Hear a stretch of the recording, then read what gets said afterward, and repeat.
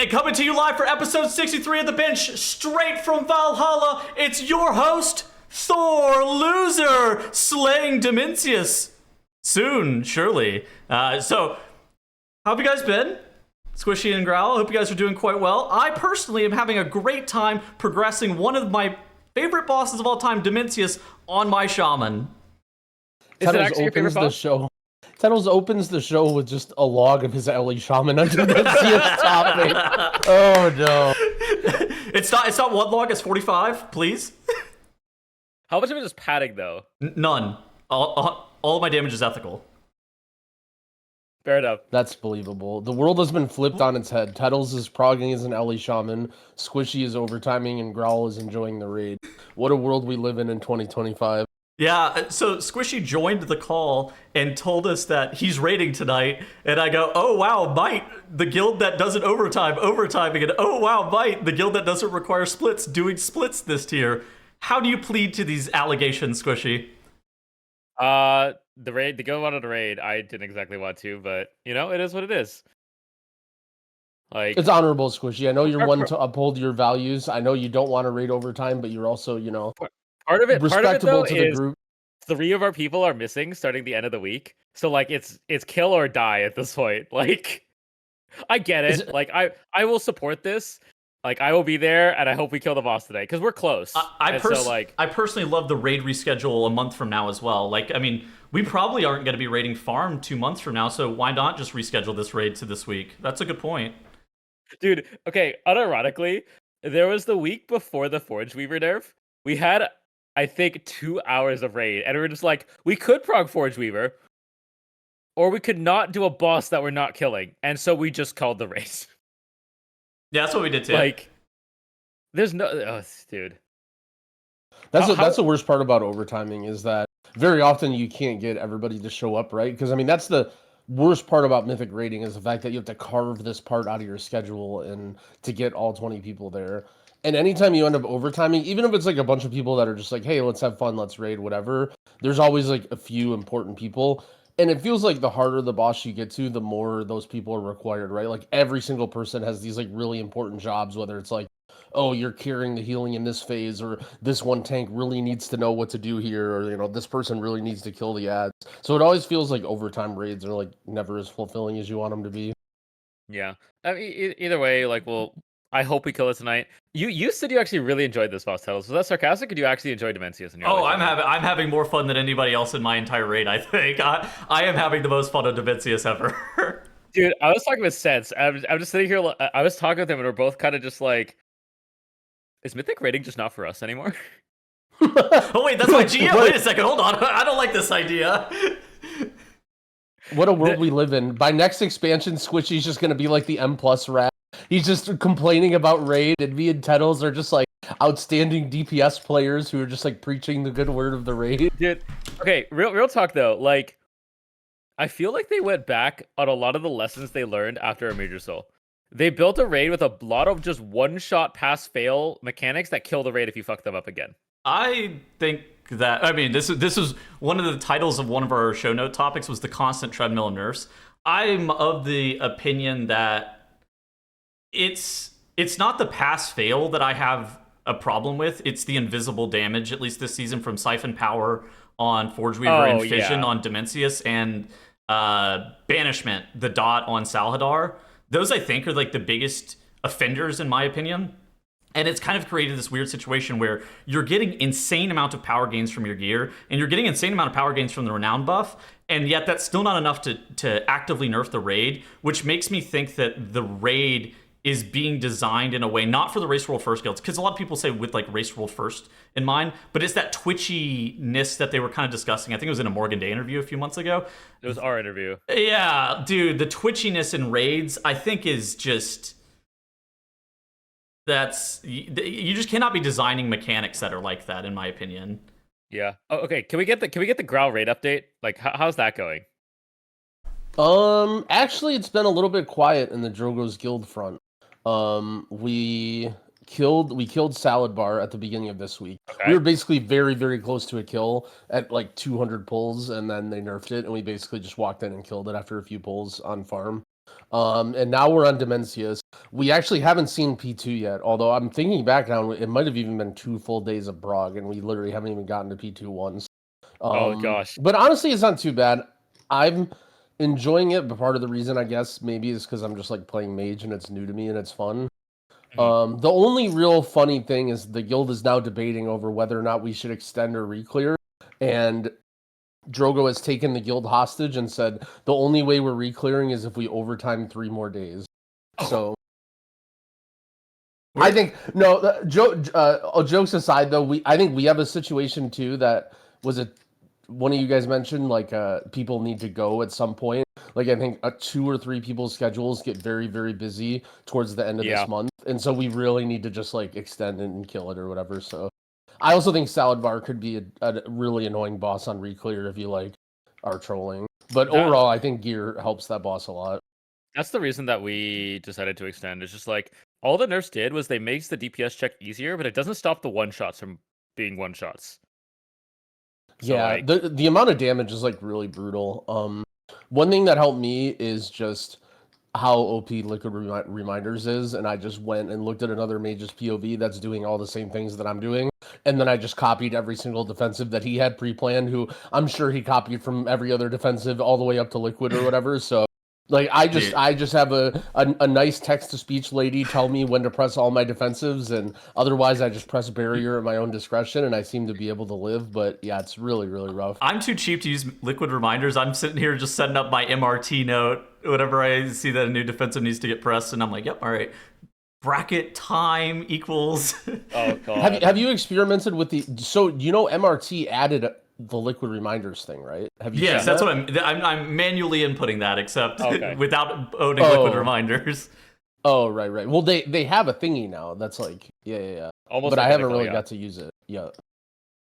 You're talking about like that? No, I have not played around with that at all. No, yeah, it's like an actual like boss timeline thing that that looks just like Liquid Reminders. Yeah, but I haven't used it at all. Like they added it since Liquid, and I basically got Liquid Reminders for when we were doing like really high keys in season 1, because it's also very nice for M+ too, like knowing when you can bank your like calling your AMZs and stuff. 2 hours before Reclear last week, I got told that I was playing my LA Shaman. They're like, this reset, like 2 hours before Reclear, I was like, they're like, yeah, you're playing your LA Shaman on Demencius. I was like, oh my god, yes. How much of it is you're enjoying the class versus it's something that's new versus that class is OP? Like, where do you think your like mega fun is coming from? Or is it just all of the above? I think it's new. I think it's new class. I think it's progressing a new class on a hard boss and just watching myself constantly get good every single pull. Because every single night that we continue to do progression, I feel like I'm getting better and better and better at it. I don't think I'm like great at it or anything. I feel like my boss damage in phase 1 is a little bit lower than it should be. The real test of Thor Loser. How many times have you asked for a time spiral? Well, we only have one Dev Evoker, so I get it when I get it. Okay, dude. LA Shamans are notorious for asking for time spiral. When you are missing a time spiral, they will let you know. Yeah, it's OP. It's so OP. We were having that because our roster, we ended up having 2 Augs for Salad Bar. And our LA Shaman was like demanding that we move the time spiral just for him, as opposed to like for the healers or whatever. And I just like, bro, we're like early in Prague. We don't care about your damage. But I mean, I don't really blame him though, because it's like OP. It's got to be like one of the strongest like things you can give to somebody else and helping out their performance, whether it's like, you know, like that or like Innervate or something. Well, because I don't know. I don't know what build Ellie plays, but I know there's a hero talent that extends your Spirit Walkers too. Like I'm pretty sure you can get it to be like 15 seconds or something with the current Resto build. Yeah. Oh, is that the Farseer talent? I actually didn't know that. I think it's a Farseer thing. So maybe you don't play it as Ellie in Raid. No. You definitely play Farseer as Ellie in Raid. Yeah, I don't know anything about Ellie, but yeah, there's something that extends your Spirit Walkers by like 4 seconds, assuming that you're casting spells in it, and it's so good. That's good. I mean, we get the raid buff this coming week. That'll help out a lot, right? Like 3% healing and 3% damage is I think going to help, but I also think it's going to be limited in how much it helps, because like Nexus King and Demencius, you just die to one-shots a lot. Or somebody fucks up and you die. Yeah. So since last episode, we had some nerfs that we've kind of been tiptoeing around for both Salhadar and Demencius For Salhadar, they basically just nerfed the intermission. I think that's probably the most important nerfs, where the Titan and all of the ads ended up getting a little bit of nerf. Also, the banishment dot being reduced by 10% and invoke the oath damage also being reduced by 15% makes this fight's it's just a little bit less punishing, I would say, for a lot of the like random damage that happens on the players. And then the Dementia stuff, fission damage got reduced by 9.5%. The problem with this is that the living mass, it doesn't matter if it's doing 9.5% reduced damage. If you're selected 3 times in a row for a fission at the same time the antimatter soak is coming out, you still just die. The reverse gravity, this nerf is massive for being able to progress phase 1. And then the phase 2 nerfs are fairly relevant, and I think the gamma wins pushback being weaker is pretty important. The rest of the stuff, kinda whatever. Maybe crushing gravity damage reduced by 25% is relevant, because especially early on in progression, you'll have people stack up on accident. Now they live that as opposed to just dying. The biggest thing I think in general is this seemed like big nerfs. Like this looked like it killed Dimensius, and it really doesn't, as is what I've learned. No. Like there's a lot of small things, especially one of the biggest things is the comp restriction. You still really want double Warlock, double DK, double Evoker. What do you want double? What do you want double Evoker for? Spiral. For what? Have you been to second platform yet? Yeah. You know that shit on the ground that you have to like trudge through? Yeah, I dropped my totem. The 70% slow? Yeah. Okay. I don't know. We just walk through it. Yeah, I mean, this raid has been a little bit of a class stacky, or not a class stacky raid, but like you definitely have some hard requirements. Notably, like Prez not getting nerfed. I feel like your guild is definitely gonna have a hard time if you don't have a Prez, unless you're like deep into farm. Forge Weaver, even after the nerfs, I feel like that boss, the difficulty of that boss gets significantly changed if you have the right classes. We were doing a friend raid, and we are finally to the point where we can start trying to do Forge Weaver, but we had like, not the right classes, because it's just everybody's on their M+ classes. We had 7 hunters and 14 resto shamans, and it's like, yeah, what do we like, what do we do, like, and we ended up just dropping the ads behind the puddles because we just didn't have enough pushes to put them in, that's or whatever. the new strat. Yeah, I mean, it's actually kind of funny because that actually makes the fight, in my opinion, like a lot easier. Like you definitely lose a little bit of damage, and it's annoying to have to go behind the puddle, but like, dude, how many times we wiped during Prague trying to knock the guys in perfectly and having everyone line up? Like, dude, if you just drop the puddle or if you drop the thing behind the puddle, it's like, I feel like a lot more smooth. I think that was probably how it was intended. It probably was. I mean, that's what people did on PTR, but just due to overall boss tuning, you needed to do the DPS, like the DPS strategy first, right? Mm-hmm. Like the one that resulted in higher DPS. Right. Yeah, that's now true. It doesn't matter. Now that people are, way more geared, raid buffs coming in, like stuff like that. I think that there's a severe gameplay pacing problem that's happening in raid right now, where I don't think that in theory, needing to nerf bosses like this is the end of the world. The issue is, like, I think that they just keep designing fights that are too, like, the mechanics that are hard on them are just too fast, and they happen too quickly. And I think the overall pace of the game, particularly surrounding raid, could use being reduced by like 15 to 20%, and it would probably make raid feel a lot more compelling, and it honestly would get nerfed more reasonably with the stacking damage buff and like just weeks worth of gear. Because right now, it's so weird that you're getting 3% damage every 3 weeks, and that's not enough of a nerf to the raid. Like that should be enough of a nerf to the raid, because we also got the weapon enchant thing randomly getting buffed. It was kind of like mid, but that thing's kind of whatever. But you're getting like 4 to 5% every 3 weeks, which, like, that should be plenty. And the fact that it's not, I think, just kind of proves that the pacing, and I think it's really the pacing of the bosses, is just way too fast. What do you mean by it's not? What do you mean by it's not enough? I mean, we've only gotten so like, our guilds can all kill Dimensius, right? Do you think every guild that gets cutting edge could kill Dimensius in its current iteration if they didn't tune it again? I mean, keep in mind we still have like how many more damage boosts plus the 18%. turbo boost plus. So we got, yeah, like we're probably like less than 20% of the power gain that'll be this tier in terms of all the artificial stuff. Right? Do you think every guild that got cutting edge last tier could go through and get cutting edge this tier with the 18% buff and turbo boost if Dimensius doesn't get nerfed? Absolutely not. I think this tier is slightly harder, but I don't think it's like that big. So I also think that it's pretty common for them to do this thing where the last tier of the raid is like really like tougher, right? Like Yeah. they did this Yeah. in Sepulchre, they did this in Amir Drasil, they did, like they do this most expansions. I think it's astonishing that with an 18% aura buff and turbo boost, that you, like a lot of guilds that got cutting edge last year, could not clear the raid right now. Bro, and I think it's because they just keep designing fights in a way that make the mechanics just happen so quickly, and the level of punishment that is provided via those mechanics is just a little bit too high, in my opinion. The part, first of all, it doesn't scale to 18% this tier. I don't know if you knew that. What does it go to? 15%. Okay. So the buff is not actually scaling as hard. But even with a 50% buff, even 100% buff, I don't think people are killing Dimensius in this current state. So one thing I think is a like Tettle's kind of alluded to it, the idea that like, oh, the insta raid wipe things.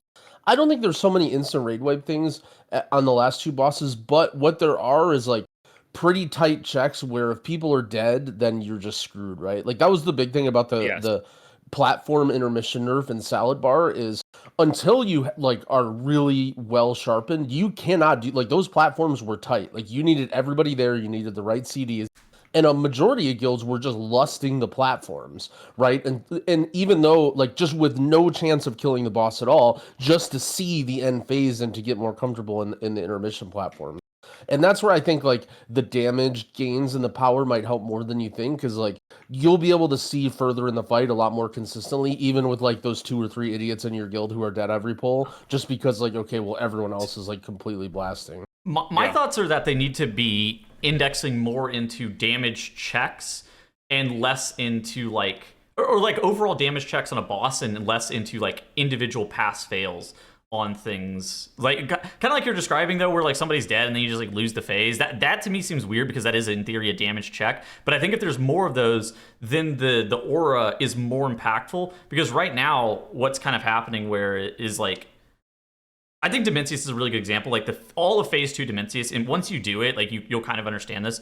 But it's like hard damage allocation, making sure that you're in position for the inverse gravities. That is like almost all of what P2 is, and progressing that is really difficult. After being able to make all 20 players alive through Phase 1, because you have to teach your entire raid how to do the excess mass mechanic. And it's just like, it's just a really difficult kind of fight in a way that I don't think lends itself to getting nerfed effectively by an aura nerf like this, and it requires Blizzard to come through and actually push sweeping changes to the functionality of how the fight works, which feels bad. And I think that like if Blizzard had to come through and they had to just like nerf mob HP, or like, okay, so like I think this living mass nerf is like representative of like what a good nerf on a boss generally speaking looks like. But whenever they have to change things like gamma wins and whatnot, I just like changing the functionality of how the fight works, I just don't think that that's particularly compelling. And then things like the rings in the final phase and the inverse gravities, that's going to really take people out. Having to completely remove one of the reverse gravities in Phase 1 as well, I think is just also another point of like, okay, that is ridiculous. Yeah, I just don't like this large sweeping changes. Like it's one of those things that like the constant treadmill of being like, oh man, they should nerf this, they should nerf this, they should nerf this. It just gets boring, and I'm tired of waiting for fights to get nerfed. I mean, it's that's the big thing with I think a lot of people is just like the waiting for fights to get nerfed, because let's be honest here, 3 guilds killed Forge Weaver week 1. That's like the biggest example. Four? A lot of guilds, 4 guilds killed it week 1. There was not a lot of hope there. Same thing with Styx, right? Like 3 guilds killed that, I'm pretty sure. I know it's 3 and 4. But I just, what is the problem with like back in the day? The gear and just the scaling raid buff would have been enough, right? Like you just slowly gear up, you slowly overcome the challenges, and you're good. But now it's like the difference between the high end mechanical checks, the slightly higher end mechanical checks, the high end mechanical checks, the slightly lower than higher mechanical checks. It's just like there's 5 different tiers of raid bosses over the entire tier, and if you're on one of those breakpoints, it just sucks, right? Like I think Ethical was at like 2% Phase 3 Dimensius, and then these sweeping changes come in, they walk in and 3-shot it next week. Like, that feels bad for them.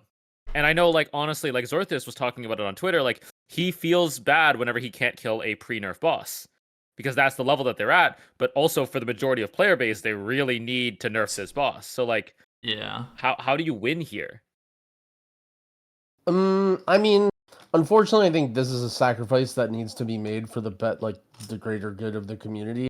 Obviously, it feels bad if you're like right on that cusp or whatever, where you're about to kill the boss and it gets nerfed, especially when you put in a lot of time into it, when you spend 150, 200 pulls on a boss and then it gets nerfed and like.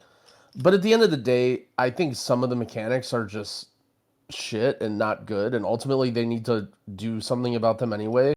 The best example I can think of is is it called the reverse gravity in P1 of Dimensius? Yes, reverse gravity. And now there's 2. Yeah. So for people that aren't familiar, basically there's the heroic mechanic where people get chosen, other people have to grab these orbs, then you have to run under the people. And when there was 3 of them, you have a limited amount of orbs, and it's not like everybody in the raid can just help soak. And the requirement to get these people down before they died was so tight to the point where like you're doing this Venn diagram thing and like doing these very specific positions, and it's just like not a good mechanic. And yeah, it feels bad if you're a guild who spent 5 hours conquering this and then you're finally defeating it. But at the end of the day, like I don't think you should really leave a mechanic like that in for so long. But part of my viewpoint is behind like how WoW has always been. Like one thing is there are other games, right? Like I think Final Fantasy is notorious for never changing the like ultimates or whatever the big raids are, right? Because they just want to maintain that challenge, even if it's total BS, right? But part of it is like, well, a lot of that stuff is optional. You don't really need to do the ultimates. You do that just because you want the challenge. Whereas in Raid, it does feel like they dangle this carrot on a stick in front of you because you want the items from the raid, whether you just want to gear your guy, whether you want to do M+, whether you want to parse well. So it feels a little, I feel like they have to be careful making things that are that challenging or that crazy. So yeah, I don't know. I have sympathy for people who almost kill a boss and then it gets nerfed, but I think it's just such a small percent of the player base to do something about it, like to not nerf it or to like have some option to do the boss unnerfed or whatever. Like, let's be honest, like let's say they added an option where you could say no to the nerfs and you could just kill the boss anyway. Like, would their guild really feel that more fulfilled? Like, yeah, it might feel really good in the moment when you do it, but then in 2 weeks, you're never going to remember or care. And as soon as you kill that boss, you're turning that nerf on. I think it's one of those things that like they should try to design the fights in a way that they don't need sweeping changes to things, right? Like, I just think like I know there's going to be a Blizzard employee somewhere mad at me about this, but like there's no way that they have a team of people that are actually doing these bosses testing this for real. Like there's no way that a group of anybody did that Dimensius mechanic where you had to pull all 3 of the people down in like any real setting, and they were like, "Yep, this is good." And like, am I wrong? Am I wrong here? I think you're 100% right. Like I can't. And I'm not like the level of raid that the community demands now, and how nerdy we all are at the game. I'm not like calling them out or saying this is like an atrocity. I'm just saying this is going to be a result of you have a bunch of people who have jobs trying to design something that's really hard for a bunch of people that play the game for 14 hours a day, right? Like that's sort of what Mythic Plus is like they admit that, hey, yeah, some of the shit in a plus 20 whatever key is going to be bullshit, but like that's on you for doing it, right? But now Mythic Raid has gotten so hard and people want that much of a challenge that, I like there's no way that they tested or knew exactly what it was like to, okay, 2 people pick up the orb, 3 people go in the back, 5 people have to soak the thing, all the healers are like blasting healing, and now the orb people have to get in and you make a Venn diagram, and like there's no way they were doing that, right? Like there's just no way that there were humans doing that. So they're just going to miss sometimes with the tuning, and they're going to need to make these changes. Well, I think that's why it's a gameplay pacing issue. And I mean, we talk about it I feel like every week at this point, where whenever you put everybody, like whenever you have defensives on every player, 4 defensives on every single player, whenever all of your damage inside of your offensive cooldowns, whenever players' damage is so, super polarized, where you have specializations like Ellie Shaman on Dimensius, where they're able to just like obliterate the living mass and stuff like that, where you have classes that are super polarizing like that, and they do things that are very polarizing, you kind of create this gameplay issue where the pacing, to be able to actually do those fights or whatever, the pacing, they're going to have to just increase the pacing on a lot of the fights, and everything happens so quick nowadays, and I think that makes it, of course, very difficult to tune. Yeah. I think the one thing that I want to say that I think, regardless of all this, the thing that is the most frustrating, other than mechanics that are just not fun, Yeah. is game bugs. Like things that kill you when they absolutely should not. One of which has been around since week 1. Like there's so many on Dimensius. The first one is if you stand on a lip on Dimensius when dropping the puddle, it just double hits you and you die. Is that why my healer keeps killing himself? Oh, is that why? Like, I thought this was common news. No. Because it happened week 1. Like, somebody was like, why did I die? I'm like, oh yeah, I heard about this. You just don't stand on a ledge or something, and it's perfectly fine. Just make sure not to be on the edge. My so healer if keeps you ever get rocking double his ticked on angel. randomly, don't stand on a ledge. Like, my healer keeps procking his angel on there. Okay. Yeah, no, I actually, I got a heads up to that one. I don't know if this is like a mage specific thing, but you could always blink to like an edge, right? Like you're not gonna blink off of a ledge, and so a lot of times to make space, I'll blink towards an edge to make sure I'm as far as possible. But I actually fall off. Like if I blink on an edge and then I get the puddle drop, I just fall off the edge with hands off the keyboard, like no moving. And I'm like, and then someone in my chat was like, "Yep, edges are banned." And I didn't know why, but like that was day 1 of Frog. I'm like, all right, I'm not going near those things. Yeah, so that's one of the things. The second thing is obviously like it's not fun. It's the fission. 4 fissions targeting you at the same time. Like there's no recovering from that. No matter how godlike you are, it just sucks. The third one is if a holy priest dies and goes angel form with a mass, the mass just despawns. Is that Like true? It used to be last week. I don't know about this week. We haven't died with it.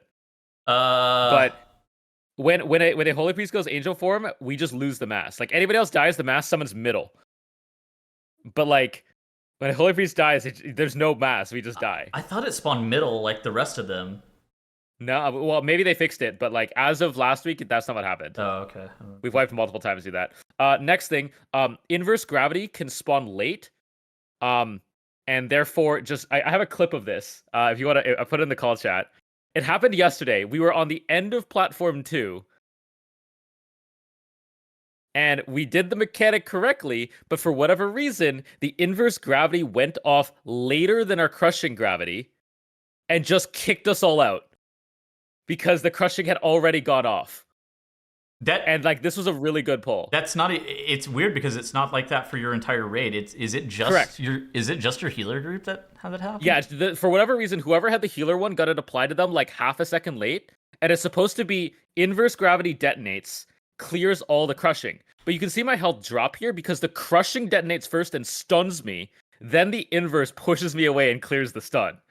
It's just like this just threw our attempt. We had a really, really good pull here. 2 attempts, like 2 reses, and then we just die because the inverse gravity bugged out. Is your Evoker is actually so cool. The fact that you get knocked way off of the platform and you like fly back on. I'm just like, what the fuck did I just get hit by? And like, we just lose 5 people there. It's so stupid.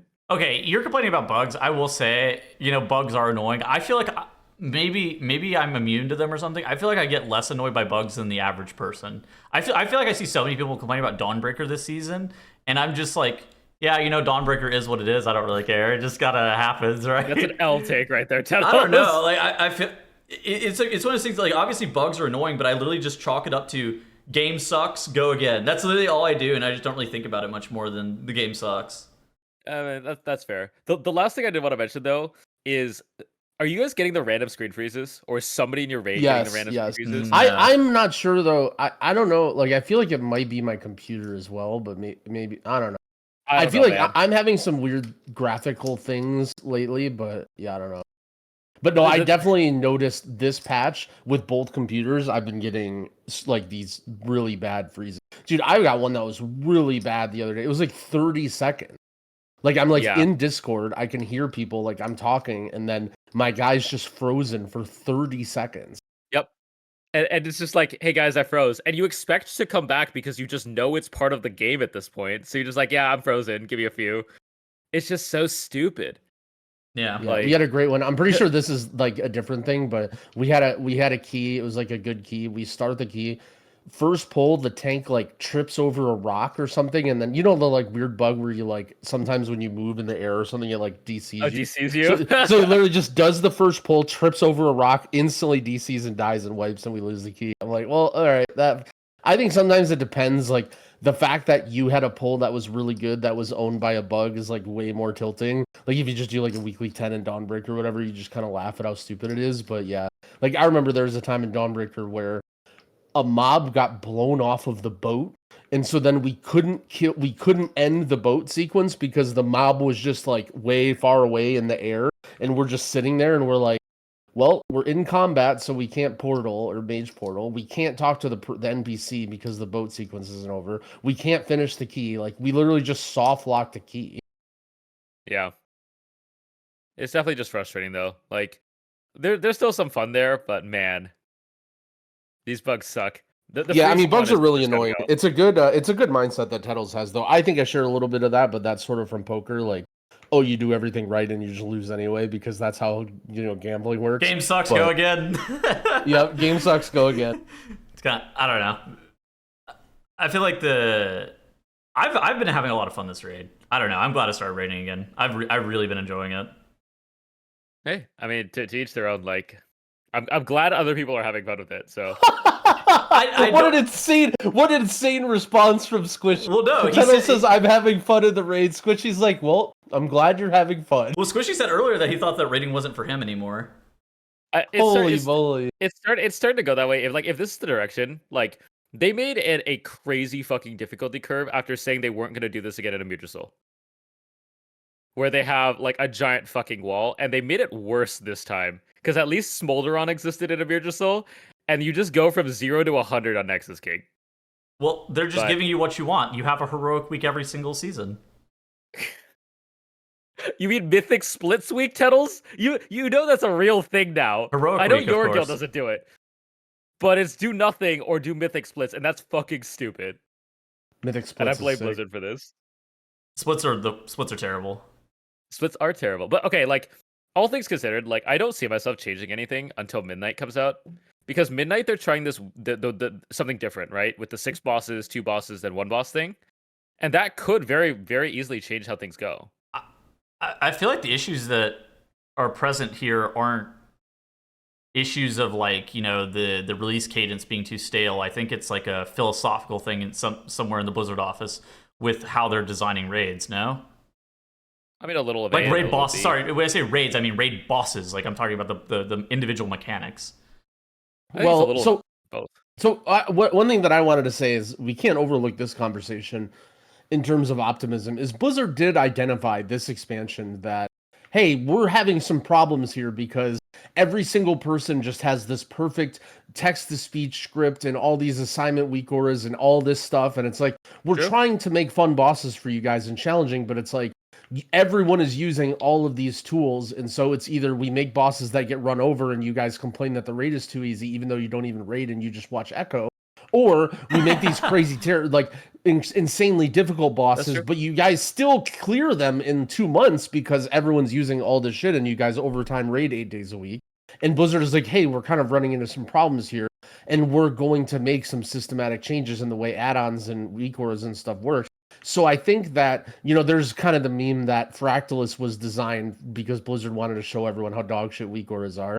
And whether or not they did that on purpose, I 100% agree. And I think that's like, that is exactly what that boss does. So I think that I have a little bit of hope that they're gonna make things better as they start to tune down the add-ons. Because I mean, in my opinion, like Tettle's biggest complaint, the twitchiness of the gaming, right? That is 100% a function of add-ons and weak auras. Ian literally said it himself in that interview when they were talking about it. It's like, well, if you go into a boss fight and you have a giant thing on your screen that tells you exactly what to do and where to go, how else do we make the fight challenging other than make it hard to get there, right?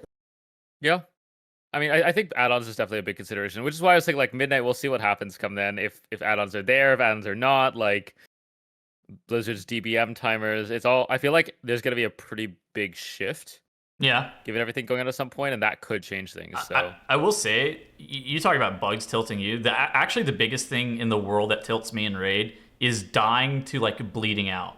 Like dying to rotting out just is my biggest trigger by far. And this raid has so much of that. I'm just like, I want to slam my desk and then I log on this Ellie shop and then I don't die and I'm having so much fun, so it's great. The spark skid tunnels. I just press this earth elemental and he just gives me as much HP as I have in bear form for 1 minute. Doesn't it last like a minute or something? It does, and it's great. It's very powerful. I'm strong. Yeah, I don't know. Raid's a weird situation. I hate the meta of complaining and waiting for nerfs. That shit is starting to get on my nerves. I'm like over it. I don't like the process of being like, well, this boss is unkillable until we wait for it to get nerfed, because it's actually like unkillable. Like, that is actually insane. I don't know if my guild could have killed Dimensius pre-nerf. Genuinely. How many hours is your guild raid? For 12 hours. Tunnels? Yeah. Oh, okay. The thing is, we don't have optimized comps, right? Like, a lot of guilds that raid Hall of Fame will do splits and they have an optimized comp. I am the only person who's not playing my main for Dimensius, and I'm on an Ellie Shaman.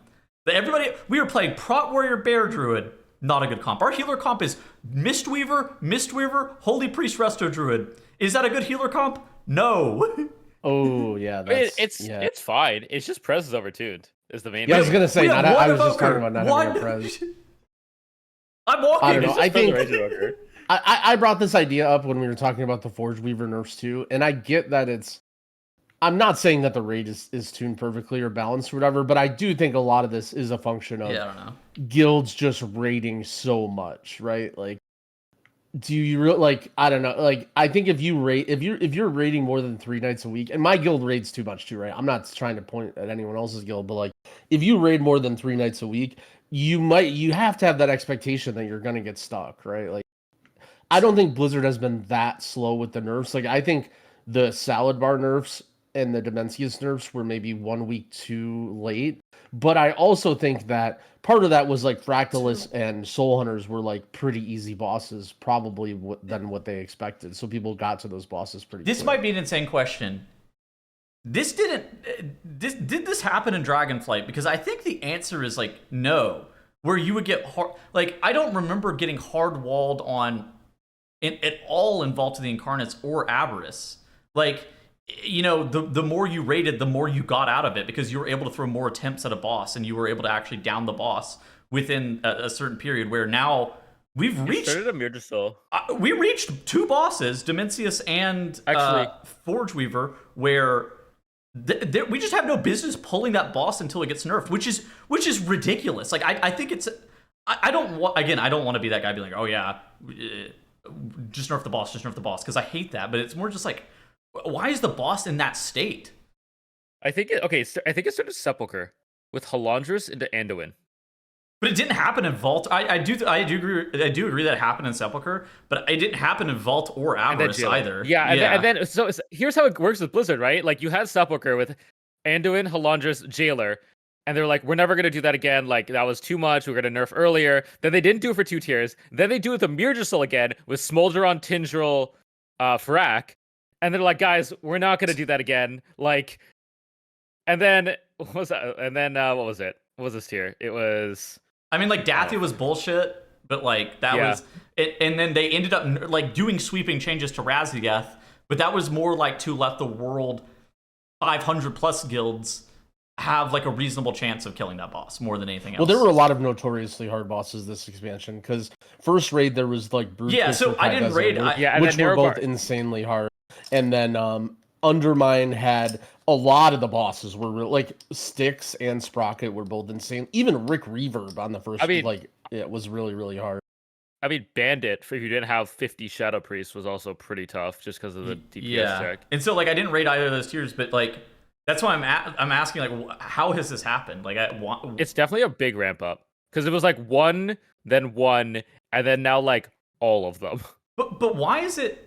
How are there bosses that are unkillable? How has that even happened? Because well, what does unkillable mean? I mean, Liquid is killing them. You're gonna kill Forge Weaver? Like, you're gonna kill Forge Weaver pre-nerf? Are you I think I might still be on fucking Forge Weaver pre-nerf. Like, I don't know. It's hard for me to say because I never even pulled that boss, right? But I mean, the correct answer is they're tuning for the Race to World first. I know people don't like that for an answer, but as someone that looks at hotfixes, they are definitely tuning the bosses for the Race to World first. in terms of health and damage. Okay, tuning is different than designing mechanics for the race. I agree. Sorry. I just in that side, like, but damage tuning is a function of mechanics, because the more damage you need to do, the more brain cells that need to share with actually dealing with mechanics. If you could do Nexus King Phase 1 without dealing a single point of damage, your success rate would go up significantly. It's only taken 63 episodes before we start talking about World of Warcraft players' brain cells. Yeah, I mean, I think I want to throw sympathy at him here, because the way that every guild plays now, everyone is so optimized for playing for world rank. So, like, for example, the raid comes out, right? And then every guild doesn't even go into Mythic, right? Nobody's, maybe like 3 guilds or whatever. Then everyone sees Liquid and Echo go into Mythic eventually. And then they see what they do, and then everyone realizes, okay, they look and they're like, okay, well, the Forge Weaver's a really, really hard boss, right? So a huge chunk of guilds literally didn't even fight Forge Weaver on the first week, right? Like, they didn't even bother, which was maybe correct. But I mean, it's got to be tough for Blizzard to make those tuning knobs and those adjustments when all they have is Liquid and Echo pulling the boss, right?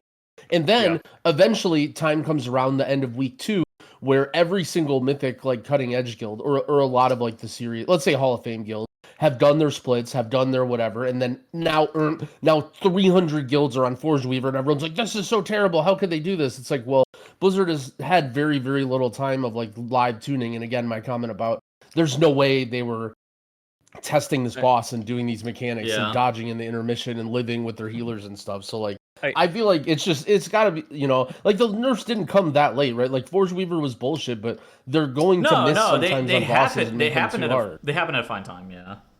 Yeah. Like, I just don't think it's as bad as you guys make it out to be. Like, I think it's definitely frustrating because you guys are more passionate in your guilds and in probably better guilds, and so, like, it feels like you're getting walled off in a way where it's like, well, even if we added more hours or played a lot better, there's no way we're killing this boss. And then as soon as the floodgate gets open of the nerf, everyone kills it, and it kind of feels like, random shit. But unfortunately, I just think that's going to happen sometimes. And I do think that the last couple bosses of the raid, at least this tier and last tier, I think sort of, were fair enough that, the better guilds still did come out on top at the end of the day. Yeah, I think for me, like, to answer Ted's questions, the thing that changed, other than obviously tuning, is specifically weak auras. Like, I think it's exactly what Growl said. Think of what we had in Emergisol. Yes, we had those weak auras, but think of how optimized they've become now. You download, like, a database, an updater, like an updater database, whether on Liquid side or Northern Sky side, just to update your weak auras to take that portion out. And then that pack gets constantly updated with all the tuning changes. Like, Bart and Rella do a fantastic job of, like, actually updating with things that people need, because Liquid doesn't need half the stuff that mortal guilds actually need. And so Bart, at least I know, is still going in and updating things with, like, additional timers, additional assignments, like, for, I think, like, XS Mass didn't exist in Liquid early on, and they did it a different way, and now it does. And, like, every guild has access to the Race to World First tools, When Archimon first died in, like, WoD, that map weak aura didn't exist to mortal guilds for a while. Yeah. But now every guild would have access to it, because the second the race is done, it would just be released to the public. And so, like, how does Blizzard deal with this now? This, like, every guild is working on the top tier information, reminders, assignments, everything. And it's just, like, they really can't. Like, yeah, I mean, that's, like, sort of, I would have the same response that I did to the top end guilds, right? Like, if Liquid or Echo is complaining about how a boss is, like, not tuned properly, I'd be like, well, no shit. Like, you guys are literally doing every single thing you can, and you guys are the craziest raiders in the game. Like, of course you're gonna run into some problems here, right? But, like, now that's a good point that you said, right? Everyone is working with that information, right? Everybody is using Liquid and Echo strats. Everybody's using their weak auras. Everybody's using their, like, everything they do and their builds and everything. And it's like, yeah, I mean, it does sort of trickle down now, where even if you're in a rank 150 guild, I mean, you're basically role playing as Liquid, and it's like, well, that's going to happen in the raid, I guess, when you're sitting here doing mythic splits on the first week. Like, you might run into some problem. Yeah. All right, I want to talk about something this week. I had a topic idea because we were a little bit sparse on content. I want to talk about gearing a little bit more. I know we talked about it a hair last week. Just generically, how do you guys feel about the current difficulty versus reward curve for gearing, whether it be crests, crafting, obtaining gear, the vault, like in the end game of the system currently. How are you guys feeling about it? Are you guys positive? Are you guys negative on it? Like, what do you guys think? I saw Tuttle's tweet that was like, crafted gear is too powerful. I said that as last week of the podcast. Yeah, that's true. Yeah. I think it feels good from a week-to-week basis. Like the fact that every week, no matter whether your vault sucks or you get no drops from gear, Sure. you are getting some upgrades and some power week to week. I think that's good in this game.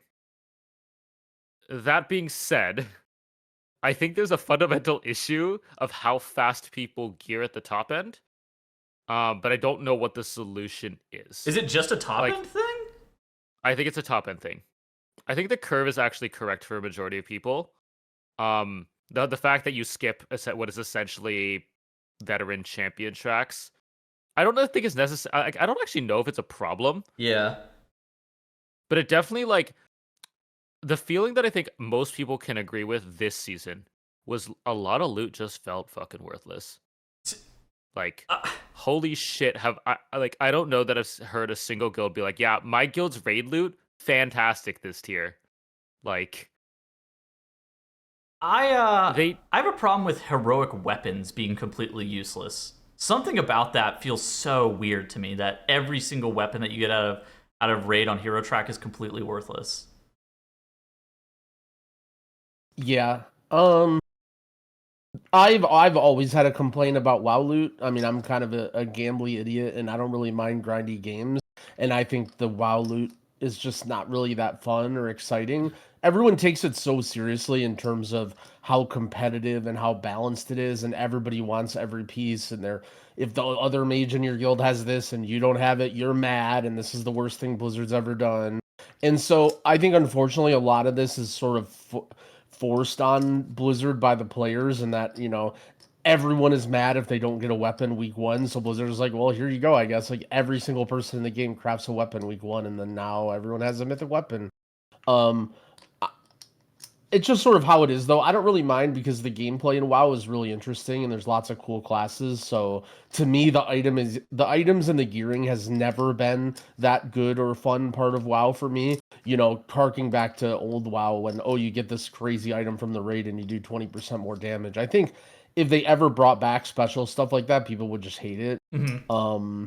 I think there was a very interesting discussion at the start of this expansion about the difficulty of content versus the rewards. And I think that we learned that people don't really want items to be gated behind difficult content. Like, they just want to do whatever they want to do and then get their loot. And I think Blizzard has gone in that direction. Again, personally, I don't really mind having, like, crazy items that you get from, like, really hard stuff, but I think the community as a whole doesn't like that.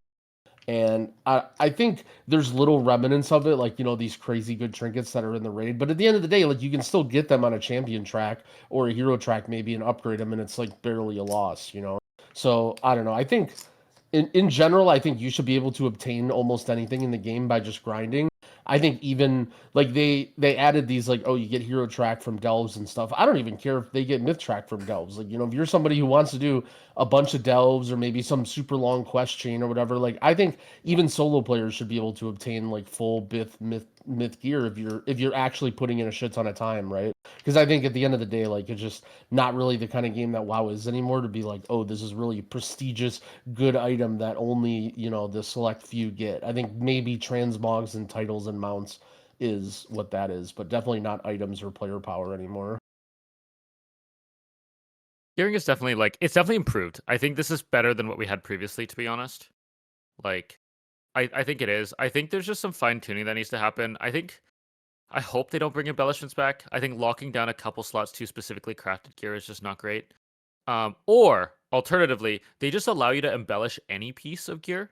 Like, I think it'd be interesting to be like, hey, I got these raid gloves. Like, similar to enchants. You could just affix, like, I'm going to just attach this embellishment to this thing that I got in the raid. That would at least open up options without changing much. But I think, like, the biggest thing this tier is just too many slots were locked down. Too much loot was considered garbage. And loot just felt boring. Yeah. Like, there wasn't the RNG. It's definitely, to me, the biggest problem was the lockdown slots. And I think the delve belt, the cape, whatever. I don't know. I sort of think that they should have like a custom slot for these things and not like override your already pieces. Because I mean, just like you said, there's already your crafting stuff. There's already your tier sets. And it's like there's so many slots that are already locked down for other reasons that if they ever lock down more, it's like this season, it feels like you're literally only farming to get rings and trinket, like jewelry, basically, right? And then every other slot is just like, well, you get a tier from the raid or your catalyst, and you get, your 2 crafted embellishments and your whatever. So, yeah, I think that's it. But again, I just don't really think gearing in this game is that fun anyway. Like, it's obviously fun to get an upgrade or an item for your character or whatever, but yeah, it's just I've never found it that exciting. Squishy, what do you think about raid versus Mythic Plus gearing, where you're able to just like get infinite amounts of hero track gear from Mythic Plus just by no way farming around it, it? I think. I mean, Deathless was their chance at that, and it was like, I think it was good to have that. I'm not a fan of Deathless, just me personally, and that's fine. Yeah. But I like that there's just a pinnacle way to get it. I'm curious what they do with the knowledge that they got this time, though, going forwards, because like this could be the start of doing some kind of limited reward for that kind of content. So, any changes you make for gearing in Midnight at all? I would want to see just some kind, like, there needs to be some RNG, in my opinion, in terms of Okay. in terms of drops. Like, this season was almost determined by deterministic gear, right? Like, the only pieces that you were basically looking for was trinkets and like the boots from Soul Hunters, and everything else was either crafted or like you already had, and that's not exactly fun to me. Like, I would make sure that they don't do this kind of delve belt like ring stuff, Cersei's ring, because they did the exact same thing. Like, it just kind of locked out a slot for the next tier, and all they need to do was just nerf it coming into the season. I would also personally like to see legacy tier sets immediately be disabled on season start. Holy shit. Huh. And the reason for that is off pieces are dead. Like, mostly dead other than for catalysting at the start of the season, and you can only catalyst like 2 pieces. And I think it would be just interesting, way more interesting at the start of a season to be like, oh, a helm upgrade, cool, just yeet it. And then you just avoid the like, is 2+2 good? Do I keep my old 4 set? Like, Blizzard, make your life easy, just disable all the old tier sets. Like, it's caused you nothing but issues in my opinion. But that's just my opinion. Like, I doubt they listen to me. I kind of agree. I think it might feel weird. I know there's a big crowd of people that want like gear that you farm to stay relevant longer, and they would be against this, but I don't know. I sort of agree that I think it feels really bad. Like, the most fun part of a season is the very beginning when you're gearing up, right? Mm-hmm. But when you know that all 4 of your tier slot, like your 4 tier set slots are just locked down until you get your next tier, right? So you're literally sitting there for the first week or week and a half or 2 weeks, whatever, depending on how long it takes you. And you just can't, like, you're just holding on to these random chests and helms and stuff in your bags that you can't even use or equip. Just like, oh, well, maybe I'll catalyst this. It's definitely a weird system. Yeah, I don't know. I wouldn't mind that. I wouldn't mind tier sets being disabled immediately. Like, I think that would just make gearing more fun, because then you're just like, okay, well, there's like more potential upgrades that you get in the first week or 2 until you get your 4-piece. I think the crest system was really good whenever they introduced it in Dragonflight, but every single season that we have it and they don't tinker with it at all, I don't know. Like, I feel like it's in a state where they need to continue to like iterate on the crest system in some capacity. Like, how so? Like, what? I actually don't really mind. Like, I think it's boring and deterministic, but like, I don't know. That's what all you guys cried for so long. So here you go. I think it's kind of that. I like Titan Forging, so I like the podcast as well. It was good. Thank you. I don't know. I think it is that there is some level of boring and deterministic nature with it in conjunction with the profession system that I don't even think it's like it has to change a lot, and I don't necessarily think it has to get worse, right? I don't think it needs to be nerfed or anything. I think it's something that just the formula of how you're supposed to gear each and every single season being the exact same feels very strange to me. Like where there is this like formula of what you're supposed to be doing for each and every single piece of gear. Yeah, I mean, I sort of see what you're saying. I kind of ran into a thing this season with our raid leader about it, and it was like the discussion of, okay, if you get I got a one-hander in my first vault, okay, do I take the one-hander? Yeah. Or do I craft a staff? Yeah. Like, in theory, it might, like, you might have more immediate power, and it's definitely more crest efficient to not even take a weapon out of your vault and craft a staff, right? Because then if you take the one-hander, you have to spend all those crests anyway on an offhand. And so, like, technically it's better in the long run, and it was just, like, a really weird situation where it was just, like, the whole one-hander, two-hander crest thing, I would like to see them fix. Yeah. And just overall, how powerful it is to craft a weapon as your first craft, beating to the point where, like, there's not even a decision at all what you craft unless you get insanely lucky by getting a two-hander or whatever in the first week. I don't really like that. Like, it's definitely very formulaic at the start of a tier of, like, this is how you're supposed to spend your crests, and this is what you upgrade, and this is what you take. But I kind of find it hard to avoid that unless you just go in the direction of RNG, you know? Yeah. Okay, this is just spitballing. Do any of you play like roguelikes like Hades? A little like, bit. do I you know what the played a endgame little looks bit. Not really. No, I've never played a roguelike. I played Gungeon Okay. and Hades and some other stuff, but Okay. Basically, like, I'd be curious to see if like the end game of Mythic Plus, where you can get multiple myth tracks like a week, would look like.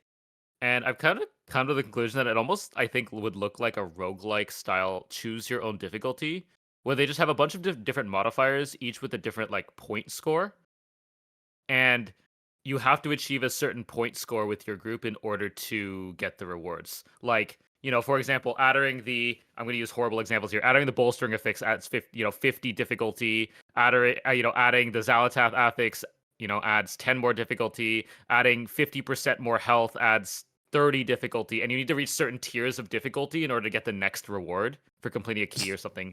But like, that sounds so complex, and like, I can never see Blizzard doing I it. think I think it's weird because I think that maybe my biggest issue with the gearing system currently isn't necessarily anything to do with like kind of what you're talking about. I feel like it's the fact that it's not getting iterated on very much, and players, God, dude, simming. Oh my God, I think we've optimized the fun out of gearing with just how much simming you fucking do all the time. It just really optimized the fun out of gearing a lot of the times. I mentioned that I think on the last pod or the one before that I do my weekly vault opening video. And now I feel like I never even take my mage's reward. Because it's like, well, I'm going to run a bunch of sims and make sure this is right and see what I get from hard mode and blah, blah, blah, blah, blah, before I even... Like, unless it's, like, blatantly obvious. Where I guess, like, with healers, it was more, you could just, like, figure it out by looking at the item. But what I was going to say about the system that SQUISHEI mentioned, random plug, they're starting their open beta pretty soon. But that's actually how Fellowship works, is you put affixes on the keystone, and in order to get the top tier rewards, it needs to be a maxed out keystone with affixes. Unfortunately, I think that there's not as much choice or interest in that system as you might think, because ultimately you're just like, okay, what are the easiest affixes, or what is the easiest way to get the best reward? And then that becomes like what every single key is. So I think there's something there maybe, but yeah. Yeah, I was thinking like you need 150 difficulty for like the first myth track piece per week, 300 difficulty for the second myth track week. I don't know. It's just spitballing interesting ideas. I actually have really liked hard mode Tazavesh. I actually think that is something that in the deathless hard mode Tazavesh, I feel like that's like a really good way of getting gear. I actually don't like things like the vault and profession gearing that are really I would say deterministic, but it's like guaranteed, I think, is maybe the better way of just saying it. I actually really liked hard mode Tazavesh, period. Not even just the the fact that deathless existed, but the way they changed hard mode Tazavesh was more than just health and numbers, right? Like, bosses had new mechanics. Oh, things yeah. were more interesting. Like, that is, I think, a really, really cool and awesome, refreshing way to add difficulty that isn't things hit harder, things do more damage. Like, the Celia fight changes pretty significantly. The Hooktail fight changes pretty significantly, right? Like, I think those are pretty cool ways to add more difficulty. that I think people will be really, really refreshed with. I don't, because I depleted my hard mode yesterday, so I'm mad and I hate it. Dude, I depleted one of my hard modes to DCing on Hooktail. I DC'd on Hooktail. But we had a little bit of a scuffle where when Soazmi did the like walls and jumps and kicks, someone ran into a wall, like the Shuri or whatever. Dude. And it was just, yeah. You know what's crazy? Whenever I DC'd on Hooktail, I had the exact same thoughts as like whenever you guys were talking about bugs earlier. I go, game sucks, and I just was like, all right, I guess we lost. Game sucks. Yeah, I mean, yeah, it's funny how I commented this about the Potty C, how everyone like. People were complaining about everything in BFA and Legion, and now we've come full circle, and now they're talking about borrowed power and, you know, interesting stuff like that again. And I think it's the same with gearing. Like, I've always thought WoW was pretty boring gearing, and I remember, like, listening to Titan Forge when I first started and listening to you and Charl and Dratnos, like, you know, talk about how you wanted it to be more deterministic and how frustrating it is when you don't get, you know, you can't get your right Azerite piece or whatever, and now we've come full circle. And I just think that, like, that's sort of why it's just interesting to think about these systems and talk about the systems. A lot of times I see comments about people getting frustrated that it's like, oh, you know, you don't like resilient keys, or you think they should go, or like, well, why don't you propose something better then? Like, you're not giving a solution. But the problem is, like, everything has a trade-off, you know, like it's deterministic. Like, I think that's one thing about WoW that they try and keep is the texture. Not to like go talk about raid again, but it's really hard when some classes are so crazy at certain things. And like, I think that's definitely something Blizzard tries to do, is make it so on some fights you're like, dang, I own, you know, like Title's playing Ellie Shaman on Dimensions. He's like, this is the most fun I've ever had on any raid boss, right? Like, if everything is the same, then you don't necessarily have those feelings. And, you know, playing Mage too, that's something where it's like, dude, there are some fights where I just feel like a god and I can just like blink over mechanics that everyone else has to do. And I have 17 defensives and I can alter time and just like fly off the platform and then come back whenever I want. It's, you know, again, it's a trade-off, right? It will create bullshit, but I think texture overall is interesting and good for the game, as long as they don't go too out of control. I think they should just keep trying stuff. I think that this like weird generic formula thing that they're trying to do every single season,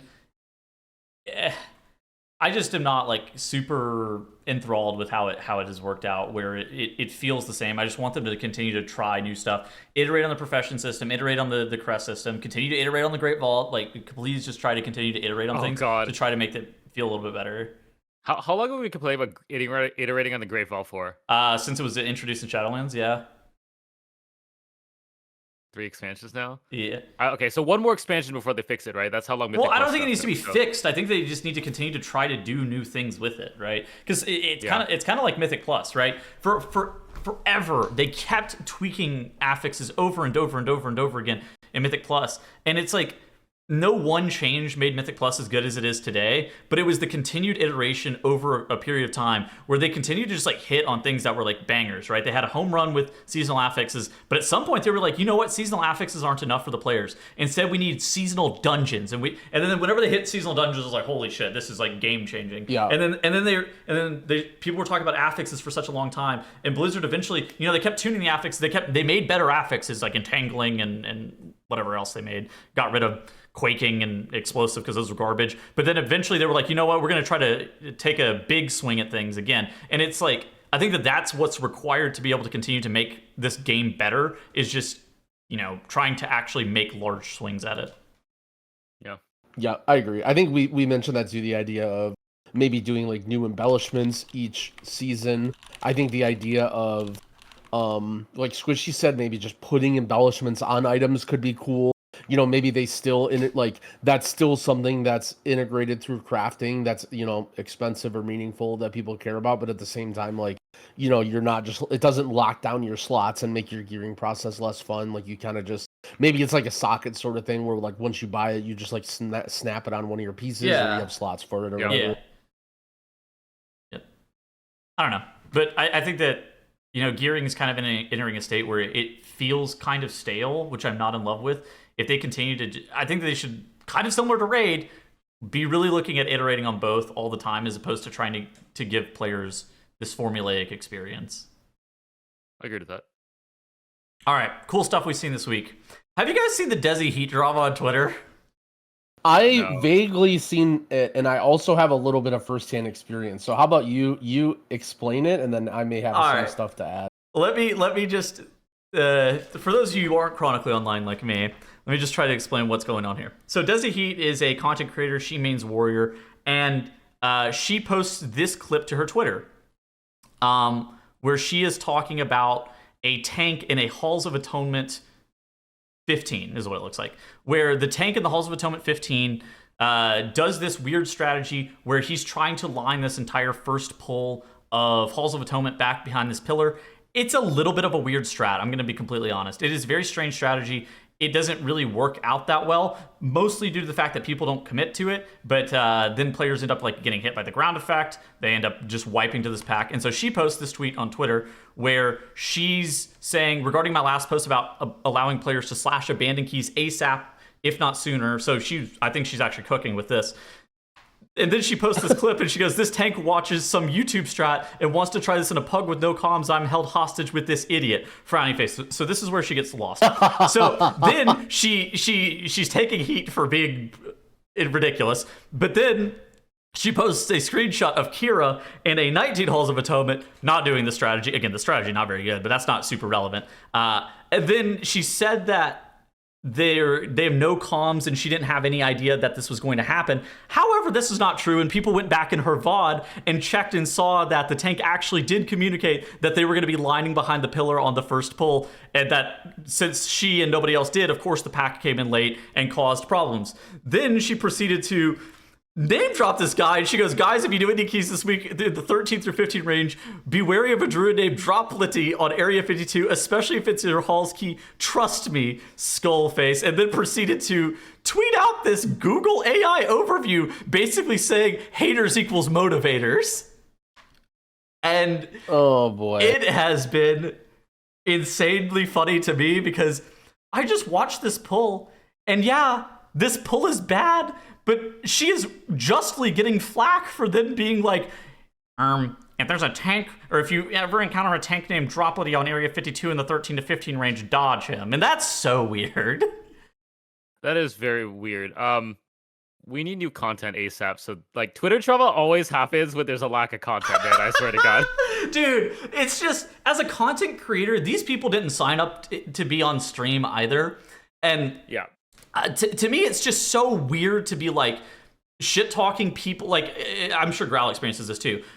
I watch some crazy shit in my runs sometimes, but I try to not be like inflammatory, right? Inflame people whenever they make mistakes. I'll just laugh at them most of the time because those people didn't sign up to be on stream most of the time. Inflaming them, I think, is just rude because they didn't sign up for this, and it just makes you an asshole. And so her doing this publicly on Twitter, sure, the poll sucked, but you're just a dickhead. All right, well, so I have actually lots to say here. So first of all, here's Growl's 2 stories of the week to break up the Desiheat combo. These are the tank terrorists of the week. Maybe we'll start this as do not name them, by the way. He might be in the screenshot, but not, you'll have to dig for it. Anyway, so this, actually, I thought this tank played well. I'm not even trying to flame this guy. I had a tank, it was either a 15 or a 16 Gambit, finds a way to pull a Goliath on top of the first boss of Gambit. And you might think, oh, that's normal. You pull those guys on the boss all the time. No, not the Guardian, the Goliath. He pulled one of the padding Goliaths, the guys that shout and do the big puddles, into Hillbrand, and our Shadow Priest basically gets one shot instantly by the Goliath AoE plus the Hillbrand AoE. Immediately, within 1 second, as I'm running back, because it's just like some random 15 Gambit, our entire team votes to abandon and quits before I even get to vote or do anything. So that's Tank Terrorists of the Week number 1. Tank Terrorists of the Week 2. So this was the week that Halls of Atonement got nerfed, right? And they removed some of the casters at the very beginning of the week. Yes. I don't know. I think we talked about it next episode. So the first Halls of Atonement of the week, I load in and I see there's a caster missing, and I think this is really exciting. Let's see how this goes. So our tank decides to pull more Obliterators because there was not enough. So he pulls the 2 Obliterator pack on the top of the shard now. So now there was actually 1 more Obliterator in the key in that pull instead of 1 less, because our tank said, well, there's not enough Obliterators in this pull now, so I need to pull this. And we wipe. So both of those were wipes and instant. I don't think we could instantly finish or instantly abandon the other one, but so those are tank terrorists of the week. Now back to Desiheat. As a note, by the way, you could abandon if your entire group leaves the instance and you reset the dungeon. Yeah, like, you can. Like the 5-minute timer realistically only applies if not everyone agrees. But if everyone agrees, you just walk out and reset the dungeon. I don't know if that's common knowledge. That is actually a nice thing if you're in a group, but usually it's hard in Pug because you just have like one guy that sits there doesn't understand that. But the timer will go away. But anyway, so Desiheat. So I was in the content creator Plunderstorm tournament with a bunch of people, including Desiheat, and there were a lot of us were like intermingling and playing with each other to try and practice. And I played with her for like a couple hours. She was like one of the most respectful, like polite people I've ever interacted with in like a one-on-one Discord scenario, to the point where like it almost felt like formal, like, oh, you're at like some party or something and you're talking with some like person, like, you know, like it was just way too formal for me. Like this is something I was not used to. Like she was so incredibly like respectful and polite and nice. And so I ended up adding her, and she actually started, I think, getting into Mythic Plus more. I think she's normally a PvPer. She's a massive night owl. She's like always on at like 5 a.m. I see her in Pugs, and so sometimes I'll like, you know, if I can't sleep or I'm bored. So we've done keys from time to time. And I did have a run-in one time where it was, I believe, her, 2 of her viewers, me, and then a random Pug tank from LFG, and it was a motherload. And I don't remember exactly what happened. The tank was a little bit of a terrorist, but also it wasn't like that out of the norm for LFG. And all of a sudden, like, her and her viewers are just like shit-talking this guy and just like commenting on his route and saying it's bad and blah, blah, blah. And I was just like hands off, like a little bit shocked. And the worst part is, like, I don't necessarily think the tank knew that they, you know what I mean? Like, I don't even think the tank knew that it was like her and stream people, right? Like, he might have thought that this was just random group from LFG and just everybody hates him in his route and stuff. And I was just like, whoa, like this, but it wasn't like that crazy. And I don't like, I didn't really know. And it wasn't just her, like it was honestly a little bit more her viewers too.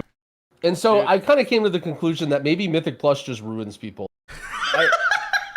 I mean, all I have to say to that is, and people wonder why people don't tank more. Like, you're sitting there waiting for a tank, and then when you do get a tank, this happens. You wonder why people don't tank. Like, dude, I really don't think people. I don't think people in general are that toxic, but there's like a certain level where you kind of believe you're better than you actually are sometimes, and then you start to shit talk other people, and that, oh god, dude, those people just bother me so much. Yeah, I think at the end of the day, it comes down to getting tied to the results a little bit too much. Like, think about this. Like, if any of these keys happen and I'm streaming and then you're the person in the chat watching, this is hilarious. And you're just like, this is so great. I'm so glad that this key is happening because you're watching it, right? Yes. And I try to live my life in that way that, like, I just pretend that I'm just a passerby and I'm just experiencing it, you know, like, if you get too tied into the results of any one key and you're like, oh, I really need to time this, you know, my 30 minutes is so valuable here, like, oh, I'm so mad that I have to sit in this key, blah, like, all these things, you just have to, like, learn to sit back and laugh a little bit, I think. And do you get your time wasted a little bit and maybe you don't progress as much as you'd like if you're not as serious? But I think you'll just have so much better of a time, and that's kind of the vibe that I get from this is, like, you know, if you run into, like, I don't know exactly all the conversations that went on, but let's just say that you run into a tank who's a complete terrorist and does this stuff, which everyone has because they're in LFG all the time and everyone's a terrorist. You just gotta laugh and think of it, you know, like think of it like I did, where I told the story of the guy who brought the Goliath into the first boss and just wiped us and instant abandoned, right? Like that's hilarious. I just laughed. But like, what is this? But so many people would be in this moment and be like, I hate tanks, blah blah blah blah blah. Like this is so bad, and it's like you just gotta learn to laugh at this stuff. Like I'm not necessarily saying like.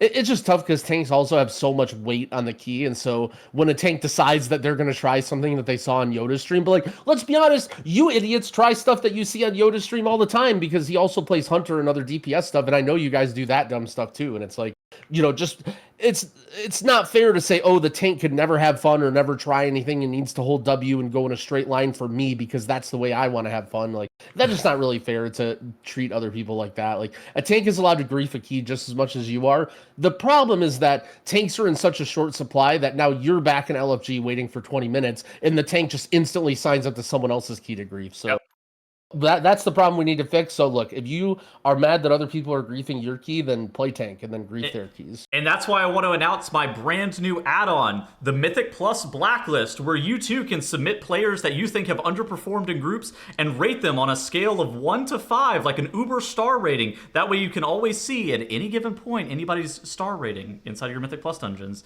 so you can vet them properly. Bro, that would be so great. There was a thing when I used to play poker back in the day called poker table ratings, where everybody's stats were posted publicly. Like, imagine Raider.io, except it had a comment section, so you could just unmoddedly write on other people's walls, and every single comment was the most toxic shit. Like, this guy's a fucking loser, lucky piece of shit. I always thought it would be so funny to make like a Raider.io ratings where it's like you can just write on people's walls after you play with them. All right, we got to hurry it up. Squishy's got to go in like 5 minutes. All right, one last thing. What is this Reddit post that you posted? So there's this Reddit post on like, so Delves marking their place as an endgame pillar that can be played solo. How does everyone feel about it in War Within? And Growl, could you read the first comment, please? The top upvoted comment here. Needs more mechanics and less white hit damage. I wonder who said that before. And I saw this thread and I was like, the people agree with us. Delves are good. They just need to be like more mechanically inclined and less like I'm just getting beat to death by white swigs. Yeah. No, I think people just don't want to hear what I have to say, or they think that I'm trying to say that Delves should get removed or whatever. Like, bro, I think single player content is great. I literally said in this podcast that I think people should be able to get myth track gear doing single player content. So if you think as a single player person I'm not on your side, you're wrong. All I'm saying is like I just think that what you're doing in the delve, it should not just be some elongated stupid world quest where you're picking flowers. Like, it should be, if you want it to be an endgame pillar, then it should be akin to like you're fighting a boss and you're doing mechanics. I'm not saying it has to be super hard. It doesn't need to be question mark Kaiveza on every boss, but like, you know, there should be some in between. There should, like, the difficulty in delves just isn't really that fun, I don't think. And the people that like them only like them because of their rewards. And I'm not trying to stop the rewards. Yeah, what we need is, I think, resilient delves, right, Growl? I'm taking the fifth on this one. All right. That was episode 63 of The Bench. If you want some bloopers, you can go back and watch this episode on like 2x speed and watch Doug the cat battle a wasp and win victoriously. Any final thoughts? Let's go, Doug. I was watching it for half the time. It was great. Dude, there was a wasp in my room, which I was looking at earlier on, and he somehow got it out of the windowsill. I don't really know what was going on over there. All right. Goodbye, everybody. Goodbye.